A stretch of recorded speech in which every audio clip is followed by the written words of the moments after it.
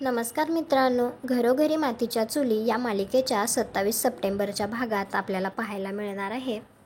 ऐश्वर्या आता तिच्या माहेरी परत आलेली असते. आई जेव्हा दरवाजा उघडून ऐश्वर्याला पाहते तेव्हा तर तिला धक्काच बसतो. तिला कळत नाही की ऐश्वर्या घरी कशी काय आली आणि ती म्हणते, ऐश्वर्या तू?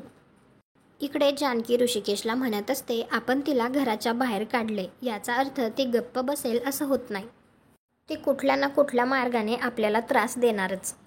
त्यानंतर इकडे ऐश्वर्या त्या मास्कमॅनला भेटलेली असते आणि ती त्याला म्हणत असते, मी तुम्हाला प्रॉमिस करते, रणदिवेची सगळी प्रॉपर्टी मी फक्त तुमच्याच ताब्यात देईन, पण आता मला तुमच्या मदतीची खूप गरज आहे.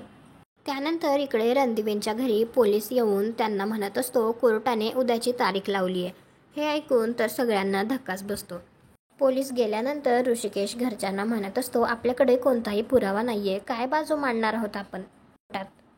तुम्हाला हा भाग कसा वाटला ते कॉमेंट करून नक्की सांगा. व्हिडिओला लाईक करा, आपल्या मराठी मालिका चॅनलला सबस्क्राईब करा. भेटू उद्याच्या भागात.